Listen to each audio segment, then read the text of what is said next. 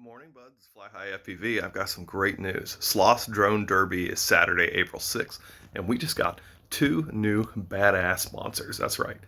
ChinaHobbyLine is donating 40 batteries for us. They're going to donate 6S green packs, 1100s and 1300s, 4S green packs, 1500s, and the 4S Speedy Pizza packs.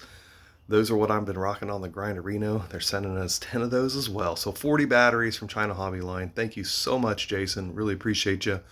The other big announcement is BetaFPV is sponsoring the Sloss Drone Derby, and they are sending us Pavo Pico 20 frames. Can't wait to see who else we get added to the list. I'm working on sponsorships right now. Really appreciate everybody in the community and all the support, and I hope to see everybody out there. Hit the link in my bio to join us.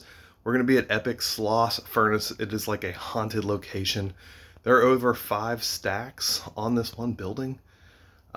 There's hangers, there's pipes everywhere, there's ladders. Oh my god, it's epic. You got to check the footage out and come see us. Go ahead and grab your ticket. It's only $25 to join us here in Birmingham, Alabama, Saturday, April 6th at Sloss Drone Derby.